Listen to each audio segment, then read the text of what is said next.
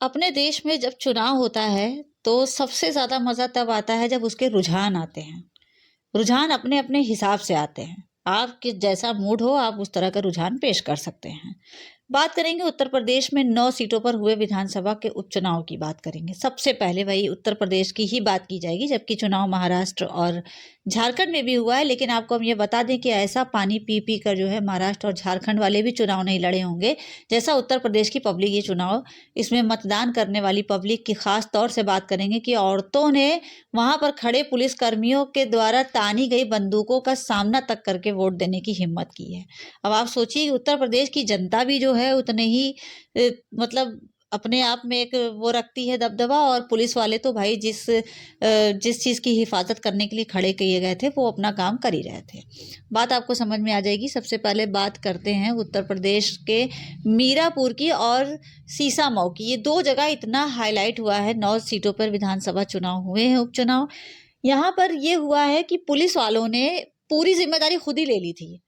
मतलब वो जो चुनाव में ड्यूटी लगाई जाती है, कार्यालय में लोग बैठे रहते हैं कार्यकर्ता चुनाव आयोग की तरफ से, उन लोगों का कोई काम नहीं था। उनका कोई काम नहीं था। बाहर से जो भी मुस्लिम आ रहे थे, जो भी नकाब पहने औरतें आ रही थी, सबकी आईडी और आधार कार्ड पढ़ने के बाद पुलिस वालों ने ये कहा कि आप यहाँ से जाइए, आपको वोट नहीं देना है। उनके पास कोई रीज़न नहीं था ये सब कहने का, लेकिन सिर्फ एक बेवजह उनको रिटर्न करना, उनको वापस करना, इस तरह की चीज़ें आज दिन भर हर पोलिंग बूथ से जहाँ-जहाँ पे चुनाव ये रखे गए थे, जिस-जिस जगह के थे सीटों पर, वहाँ से इस तरह की दिन भर खबरें आती रहीं।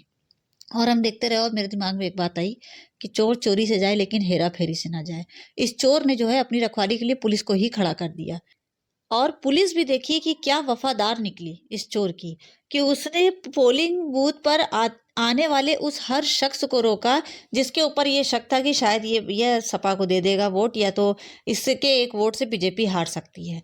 पुलिस वालों को ये हक, ये अधिकार किसने दिया है कि वो रास्ते में खड़े होकर किसी की आईडी चेक करें और बाहर से बाहर उसको रिटर्न कर दें। एक बार इंसान अंदर रूम तक भी पहुंचता है जहाँ पे वोटिंग चल रही होती है, वहाँ पे कर्मचारी बैठे होते हैं, हम लोग भी वोट देने जाते हैं, सारी इंक्वायरी होती है, आधार कार्ड देखा जाता है, सारी पहचान की जाती है, उसके बाद वोट देने के लिए अनुमति दी जाती है। और इतने बड़े लोकतंत्र को जलील करना, जिसको तो एक लाइन में यही कहा जाएगा कि भाई उपचुनाव में आप इतनी औकात दिखा दिया आपने।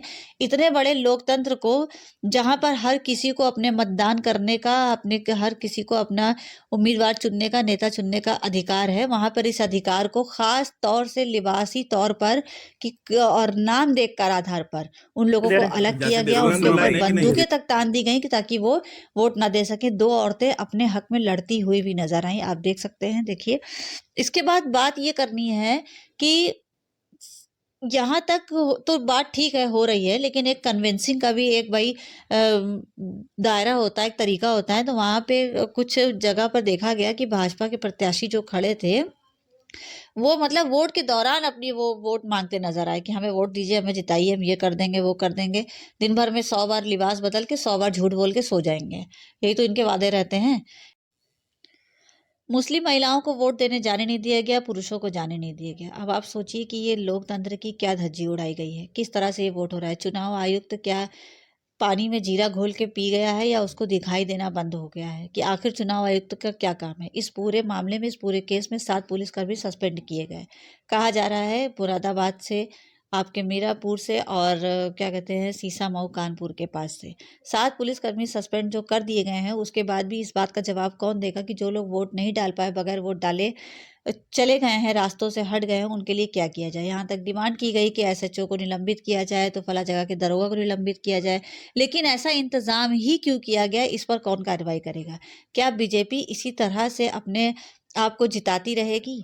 लोगों का रुझान ये आना शुरू हुआ पोलिंग बूथ से। हमको हैरानी तो तब हुई कि इतनी बेईमानी और मक्कारी के बाद ये रुझान आना शुरू हो रहा है कि जो है बीजेपी इतने वोटों से आगे है और सपा पीछे चल रही है। इस बार सपा जो है नहीं जीत पाएगी, या उसमें दम नहीं है, इस तरह की चीज़ें अपने देखने को मिला। ये जब पूरा प्रोसेस चुनाव का चल रहा था, उसी बीच में इन्होंने प्रेस कॉन्फ्रेंस किया अखिलेश यादव ने, और अखिलेश यादव ने कहा कि बीजेपी वोट से नहीं खोट से जीतना चाहती है।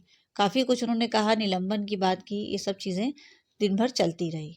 तो इस तरह की वोटिंग होने से, इस तरह की चीज़ें होने से आखिर क्या दर्शाया जा रहा है कि देश किस दिशा में चला जा रहा है। जहाँ पर 288 सीट महाराष्ट्र में चुनाव हुआ, 81 सीटों पर झारखंड में चुनाव हुआ, वहाँ लोग इतना पानी पी के नहीं लड़े जितना उत्तर प्रदेश में लड़े। उत्तर प्रदेश के लोगों को वोट डालने के लिए अपने लिए खुद के लिए लड़ाई करनी पड़ गई। 9 सीटों ने जो है महाराष्ट्र और झारखंड की सीटों पे हुए चुनाव को जो है बिल्कुल रगड़ के रख दिया। मतलब दिखा दिया कि उत्तर प्रदेश जो है उत्तर प्रदेश ही है, इसे हल्के में ना लेना। मतलब आप समझिए कि दिन भर इसी तरह का जो है नाटक चलता रहा, लोग अपने हक अधिकार के लिए लड़ते रहे।